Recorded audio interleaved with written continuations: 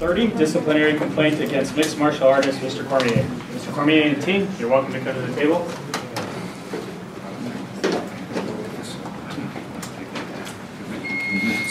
You're welcome to go there.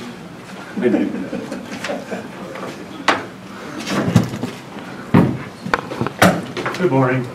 Morning. Thank you for being here. Appreciate it. Well, as you saw, we'll start with Mr. Eccles. He'll make his case on behalf of the state. Once he's made his case, we'll swear you in, and we'll allow you to give your response. And as you can see, the commission will ask any questions that are necessary. Mr. Eccles? Yes, Commissioners, again, this relates to the same exact set of facts, the same video. I'm going to ask that be submitted in evidence marked in State's Exhibit 1.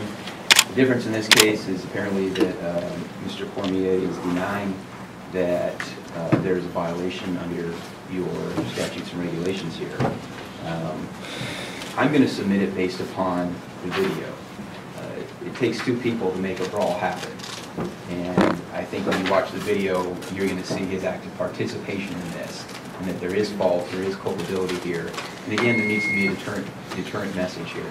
It doesn't happen unless he participates. If it was only one person, then I would only have a complaint drafted against one person. But it's not. It's both people taking an active role, and that's why you have two complaints before you. So I would ask you to find a violation based upon the video. I would ask that it be admitted into evidence. I leave it to him to try and explain why he is not liable under your rules.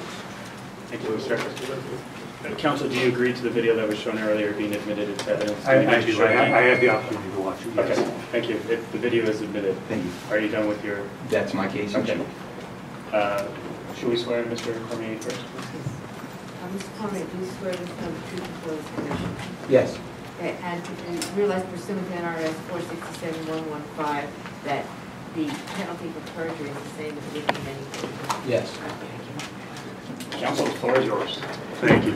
I think that from listening to the Commission's questions to Mr. Jones, that the most useful use of this time this morning is not for me to reiterate the legal arguments that I've already shared with Mr. Eccles, in which, to the extent that they may impact the Commission's decision, I can discuss later. I think that the most important thing to know is that Mr. Cormier understands that this was a very, very unfortunate, regrettable incident that everyone involved wished had not occurred. We also understand, as a group, that this commission is under increasing pressure from the media due to the non-event, sporting event-related misconduct of professional athletes. We see it with the NFL. We've seen it here with an MMA fighter who is subject to domestic violence. This is not a domestic violence situation. It is not a drunk driving situation. It is not a situation where there was a brawl between a professional fighter and some member of the public. It was a face-off that is designed to create interest in the fight and to raise emotions, to incite the fan base to want to view the fight.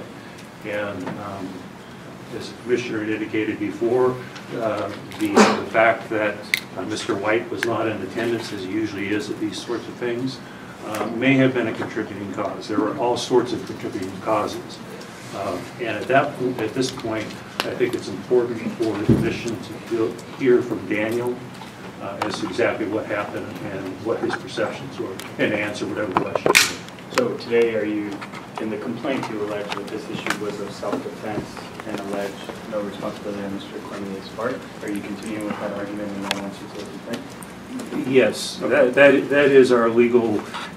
When you have lawyers involved, it's our obligation to try to do the best we can to protect the client on all avenues. At the same time, we have to be problem solvers and understand the dynamics that not only the professional fighters are faced with, but also the Commission, who is tasked with having to herd what can be cats involved in professional sports. So we are sympathetic to that. The legal arguments, I don't I'm more than happy to make when we conclude what I think really the meat is, and that is Daniel's thought process, why he felt that he was being assaulted, and why he reacted the way he did, and also to answer your questions about why this sort of an event, from his viewpoint, is never going to happen again. But your legal position is that it was self-defense? Yes. Mr. Hansard, you are Mr. Hansard, is that right? I am. My apologies. I didn't get a chance to meet you before the hearing began. One of the things, though, I think that is important to understand is that the jurisdictional facts were laid out by Mr. Eccles in his complaint. Do you concede that this commission has jurisdiction over this event? Yes, to a much less extent than was alleged in the complaint. There is a catch-all provision, as you know, in the statutory basis for the commission that allows the commission to address non-sanctioned event conduct that holds the sport in disrepute. And I think that the basis of the commission's jurisdiction is on that sort of a basis. And you agree that the event, though, that was that issue falls, though, within the jurisdictional parameters that you just described? Yes, it obviously does. And therefore, you can see that this commission has jurisdiction over this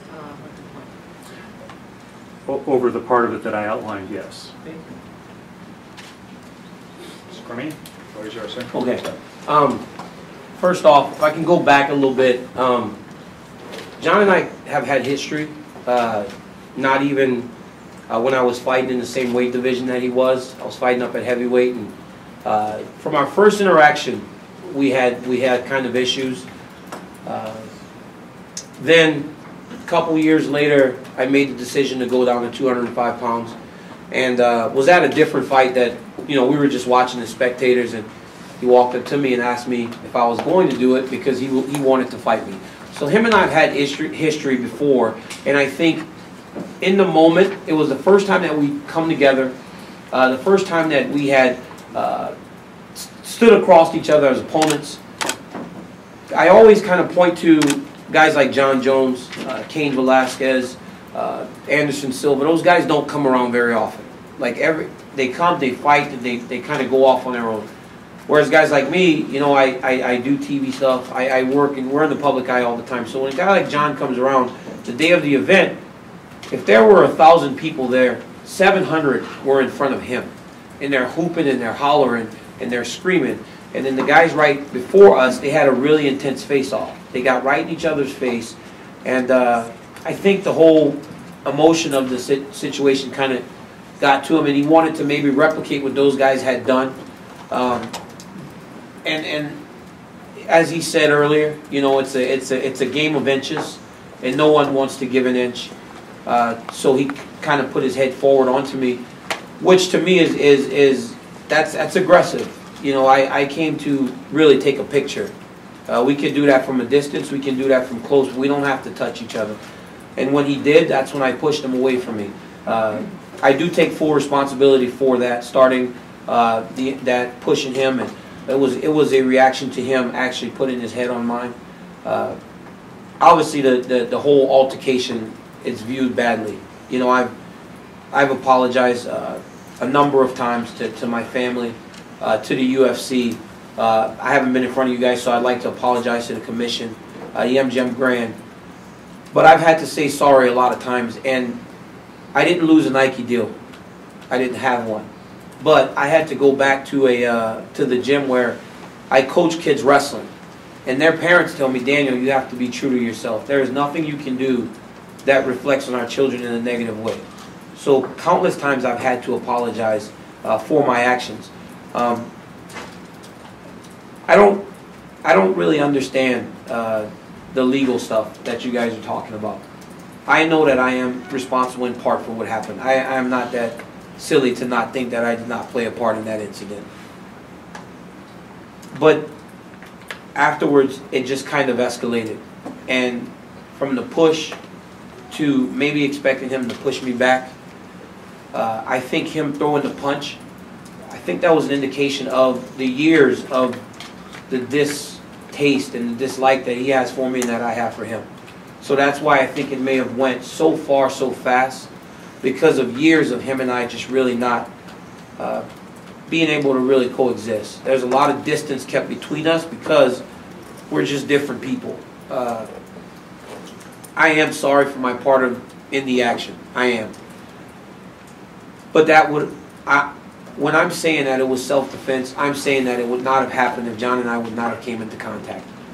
And then once it happened, you know, it just kind of went far. Maybe quickly after that event, you made an appearance on Fox Sports. Mm-hmm. And in that appearance, they asked you if you'd do it again. Yeah. Can you tell me what your response was to that? I said I would. I said I would.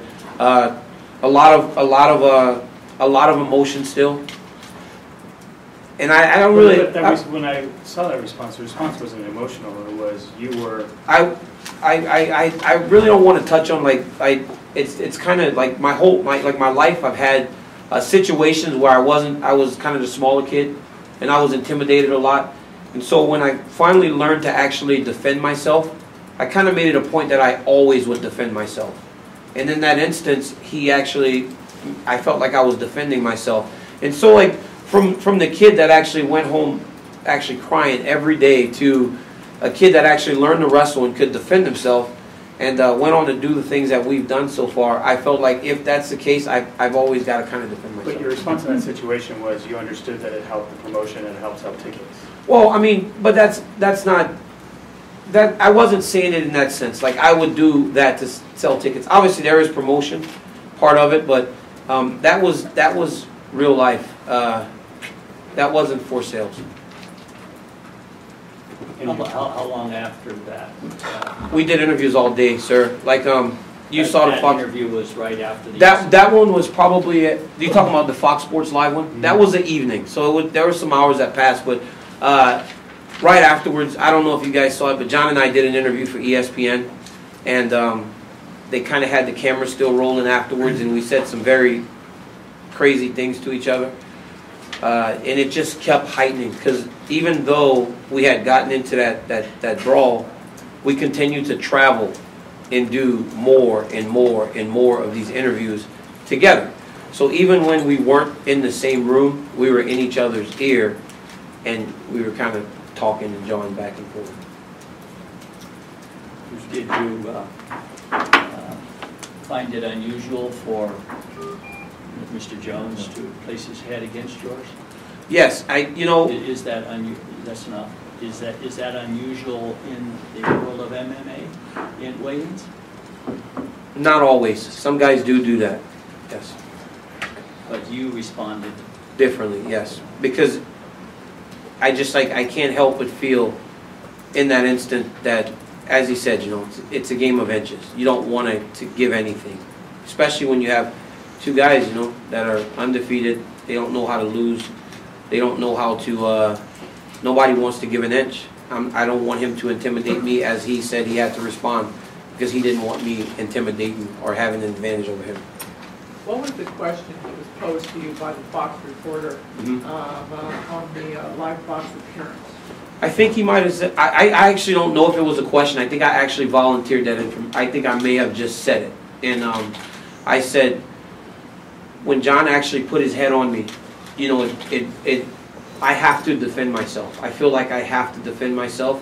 When I feel like someone's trying to intimidate me or bully me, I feel like I have to. And I said, I have a kid, and if my kid was in the same situation, I would actually tell him to respond and defend himself too, because I don't want him to go through life as I did. It can form you, and it can shape you into something that makes life very hard.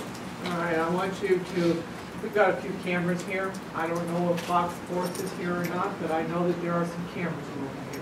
Mm-hmm. Somebody asked you the same question, or you had the opportunity to do it today. Mm-hmm. What's your response going to be? Just through it all, through the whole thing, seeing the looks on the kids' faces, my son, I wouldn't. Like, I don't want that to be the lasting impression of me. I'm not John Jones. I haven't done the things that he's done in this sport. This could be my moment. This could be the moment that I'm in the limelight. He's carried me here. He's brought me here.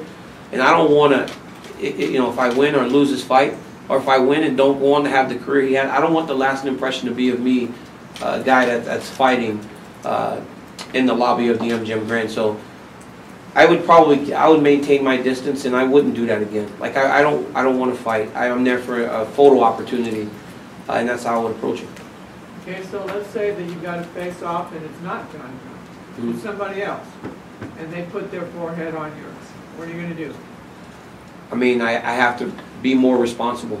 I have to be more responsible leading into the face-off, and even when the face-off may happen. I cannot put my hands on an opponent. I appreciate that response, Mr. Cormier. Thank you. Do you have an intent to fight for the UFC again? Yeah, well, John and I are scheduled to fight January 3rd for the championship, so And do you have an intent to fight here within this jurisdiction? we're fighting in Vegas, yes. Okay. You indicate that you did not lose a Nike contract because you didn't have one to lose. Have there been other financial impacts, though, that this conduct has happened on you, or what you perceive as the business then that you're operating in? Well, I mean, when I have a youth wrestling program in San Jose, and after the event, you know, I lost some kids. I mean, it's not going to equate to anything as substantial, but some people don't want to really be associated with that type of behavior, and I think that to me it's what I built. You know, it's the thing I can give back is my ability to wrestle, my ability to coach wrestling. So I mean, in that sense, I guess I've lost some kids. I had, you know, 35 kids, and then maybe lost like 10 of them or so. So, you know, it's not anything very substantial, but it's something. But it was substantial to you. It is, because it means something to me. I started my program 3 years ago with 2 children. It was just me and 2 kids that I taught to wrestle, and then we built it to 35, 40 kids. So yeah, it meant something to me. So in other words, what you're suggesting is that the loss that you've had already, relative to you, is substantial. Yes, very. Commissioner Brady? Is his name pronounced Cormier? Cormier. Cormier? Mm-hmm. Cormier? Or Daniel. Okay, thank you. So Cormier, when did you start in the gym? As a young person or high school, or when? And you've been a wrestler all your life? Yes, sir. Until you got in the UFC, is that correct? Yes, sir. I started wrestling when I was like 11 or 10, it just was kind of natural for me. It was like the sport. So I went from wrestling till I was 10 until I was 29 years old after my second Olympic team, and then 2008 I retired from wrestling. I wrestled in 04 and 08 Olympics. First up, did you go to college? Yes, I did, sir. Did you wrestle in college? Yes, sir. I went to Oklahoma State University. I was a 3-time All-American, NCAA finalist. When I was 15 years old, I was on the U.S. team for cadets. I got third place in the World Championships. That was my first time wrestling international. What do you mean by for cadets? They have age groups: cadets, okay. juniors, espoirs. Right. When I was 15 or 16 years old, I wrestled in Hungary. I got third place for the country. Then I was actually viewed as one of the future Olympians, and then I ended up making the 2004 and 2008 Olympic team. I was second in the NCAA tournament at Oklahoma State University. Okay, great. And during your history, during that group, your youth, college, there's intensity and things there too, and fighting. I get, it sounds like you'd fought other places even in the world. Of course, they don't have face-offs, do they? No, sir. No. You just go and you get down, you start fighting. You probably met some people you didn't, that you felt different things about. Had you ever had a fight or go out after somebody that beat you, and did you fight outside the gym because you this sort of in a fight in the ring or anything like that, getting fights? Yes, sir, I did actually. Actually, you did? I did, yes, sir. You answered the question wrong. I know, you're trying to get me out of it, but I mean, I have to tell the truth or I'm going to go to jail. Yeah. No, once 2003 World Championships, I kind of got into a shoving altercation with a guy from Iran, which probably wasn't the best timing. But and then in 2005, I think this one guy jammed me in the eye, so I pushed him back. So Okay. twice I've had incidents. I've watched that video numerous times. We talk with all of us as human beings. We often say, could you please step back?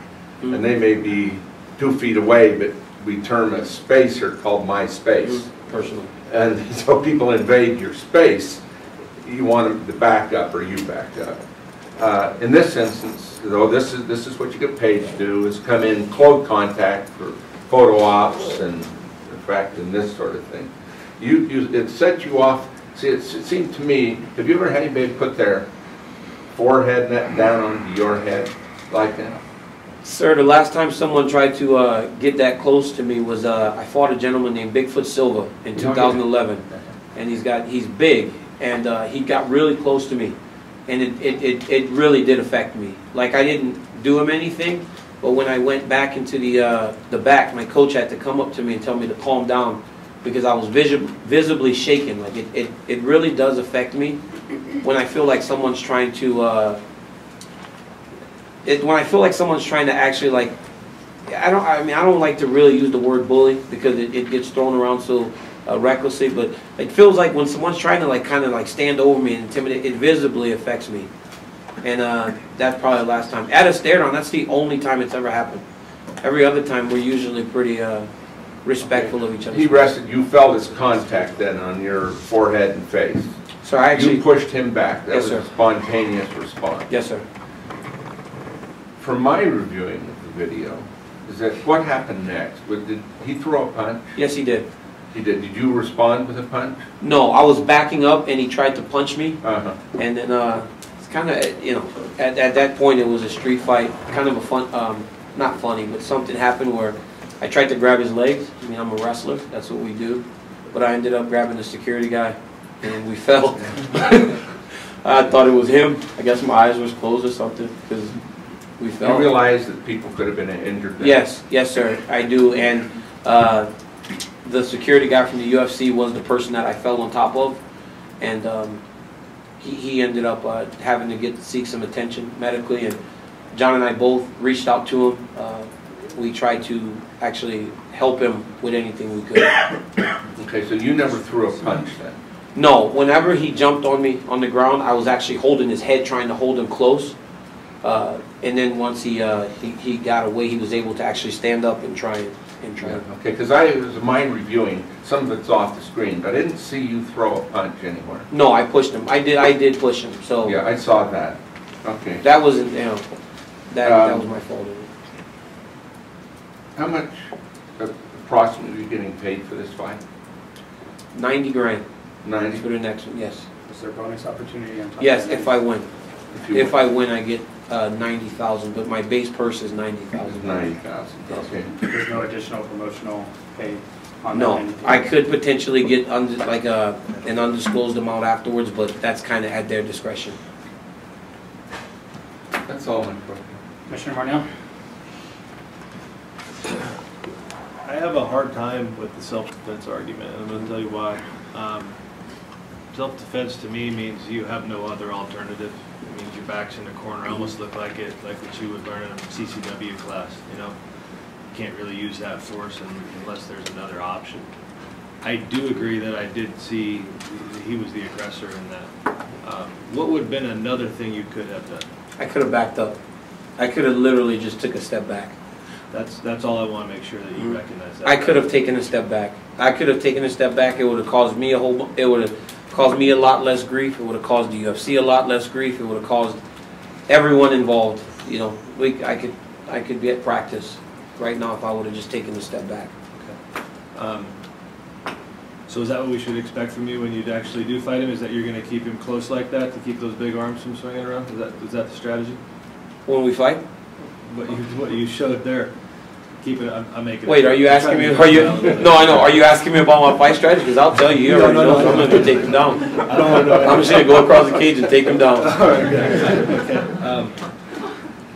Well, I don't have any other questions. I think they've been asked. So. My concern is obviously there's been a history of, as my fellow commissioner here gave me a good word because my vocabulary is not very good, control. And just, we are going to have future events that are going to be under our jurisdiction for weighing in the actual fight night. How are we assured that you're going to maintain that control and discipline in those types of events with the same opponent? You know, I think we all learn from things.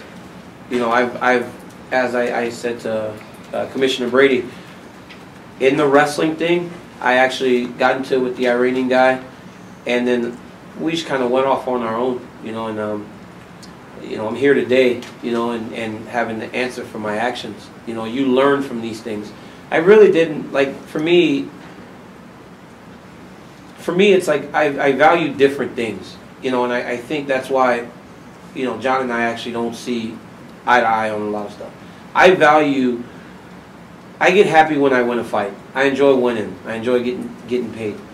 But I'm happy when I see my son take his first wrestling class and he does well. Or these other kids actually win a state championship and their parents crying. Like, that's value to me. So to lose, I lost my best kid. Like, I had a kid that was an All-American and a 2-time state champion, and they walked away because you can't really, you know, that's my value. That's what I see, and I can't deal with that anymore. I don't like people being disappointed in me. It sucks. Mr. Eccles, do you have any further comments? Well, just briefly, I wanted to reference that Fox Sports interview. This brawl at the MGM was on August 4th. There was a Fox Sports interview, and I would just ask Mr. Cormier a few questions about it.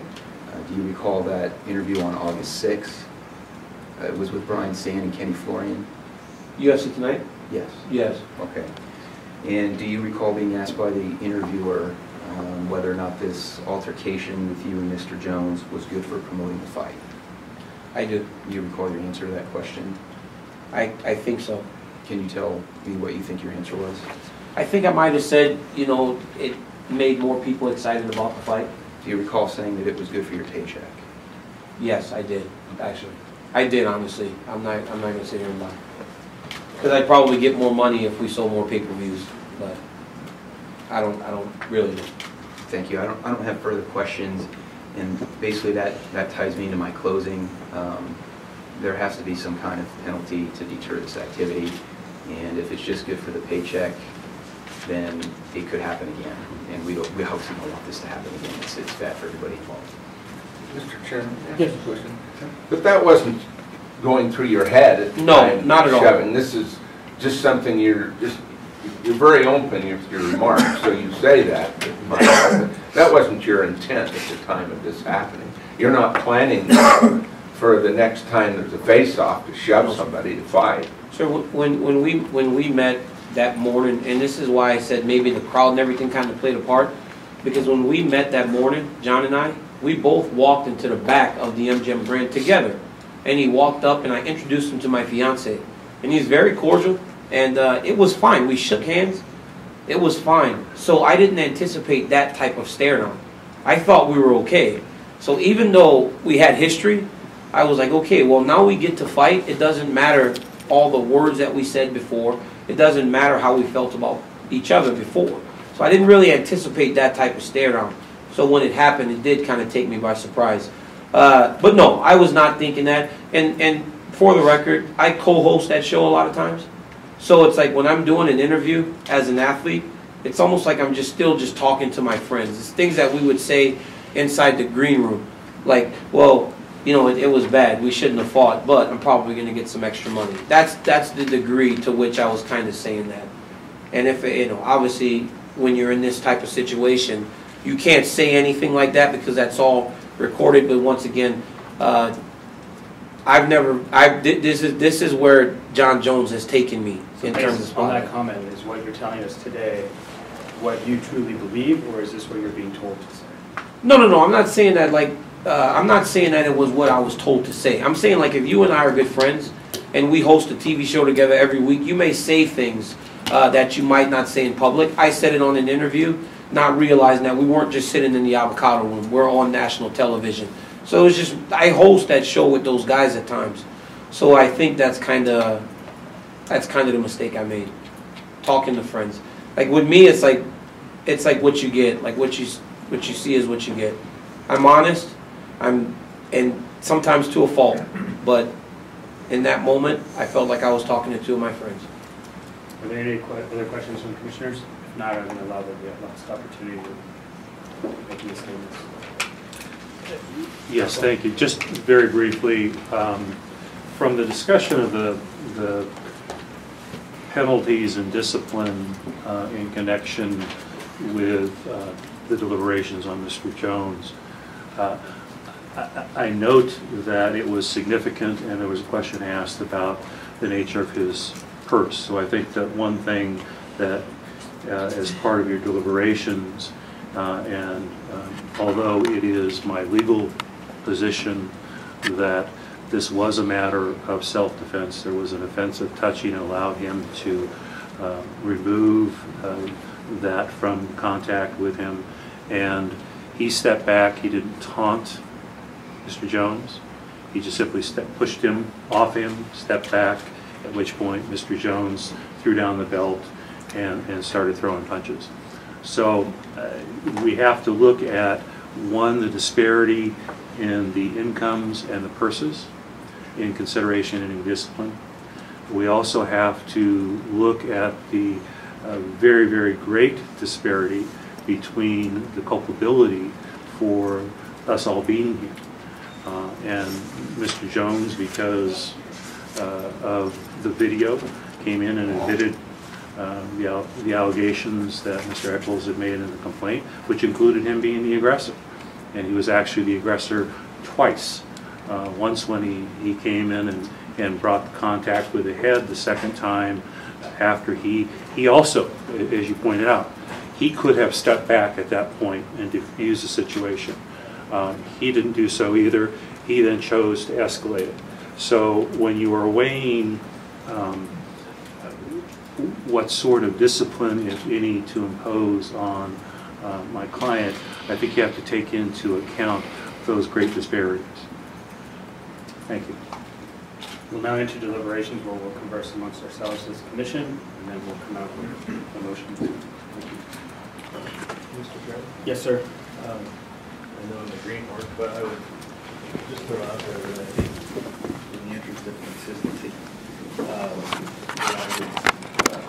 support a motion for a consistent community service in his hometown and a consistent fine with the percentage of the that he was going to make for the fine. To keep it consistent across the board, I don't think it's fair to go after a $50,000 check for a $90,000 purse, but I would support a $9,000 check. I agree, it stays within the realm. How much did you say? 9,000, which is 10% of the purse, just like the 50 was 10% of Mr. Jones's purse. And the community service would be consistent, so it would be very consistent, which was why I felt so strongly when we were talking about Mr. Jones, that it's a consistent path of moving forward for this type of behavior. And we might be setting some new precedent here, but I just throw that out there for the commission to consider. I agree with that. You're formulating that as a motion. Right now, it's just to consider. If everybody is in favor, then I could make that. Or I would actually defer Commissioner Lindenbaugh, because he's way better at that than I am. One comment that I would have is that on the amount of community service. I do believe that there is a disparity in culpability in this particular circumstance. And it feels different from Mr. Cormier's perspective. And I acknowledge the argument that his counsel made. I don't think that he is at the same level as Mr. Jones, but I don't think that he is completely without fault. And the one comment that I have is that my concern is the comments that were made on the box program afterwards, that with the suggestion that possibly it might be done again. So I think that the percentage of the purse that has been suggested by Mr. Monell is an excellent suggestion. My thought process is rather than 40 hours of community service, that we would have that before Mr. Cormier had 20 hours of community service with the exact same conditions that we had imposed upon Mr. Jones. With the same verification issues, the same production of that information to us as a condition of his license, the same messages that, the same tasks that he would have to perform during those 20 hours. That, at least, is my perspective on this at this time. So you're 9,000. 9,000, 20 hours, all the rest of the conditions all the same. My concern is here the mention in the opening statement that we're here today because as a commissioner we're under the additional duties and obligations to the media. That's not it at all. I think our duties as a commission is set out in regulation and precedent, and that's a concern to me. The concern is also to past happenings in Mr. Cormier's life, and the assurance that this will not happen in the future is hopefully not going to occur. And then the comments on Fox Sports that this was a situation where it's going to sell tickets, and that really bothers me. And I will go along with the commission's wishes on the motion, but I just wanted to state that for the record. I agree with your comment about that we're not here because of any type of media pressure. But I guess in my own profession, it's like I learned that I try hard not to harm my client's interest and to take a look, hoping that whatever fact finder is looking at my client and not the comments that I may make. So I'm not going to hold that against Mr. Well, let's articulate a motion then, Commissioner Lumble. I would move that we find that liability has been found against Mr. Cormier, and that the penalty for the liability that has been established is a requirement that he pay $9,000 as a fine. That $9,000 would need to be payable at the time of his next fight within this jurisdiction. That he be required to perform 20 hours of community service, and that community service would be in his own hometown. That we need to have a log of that performance of community service with verification then by the agency for which that he would be performing it.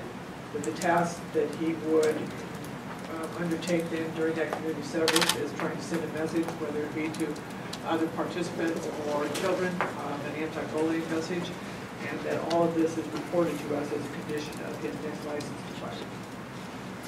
I second that. It's been a motion, as stated by Commissioner Lumbaugh, with a second by Commissioner. Great. Oh, the gray hair. I was going to call him That's Commissioner I haven't seen. Oh, That's what I said to you, Mr. It's only to get lower, right? All those in favor, please say aye. Aye. All those opposed, please say nay. Motion passes unanimously. Thank you for being here. Thank you. Best of luck. We'll now move. Good luck. Thank you guys so much. Good luck with your kids. Thank you.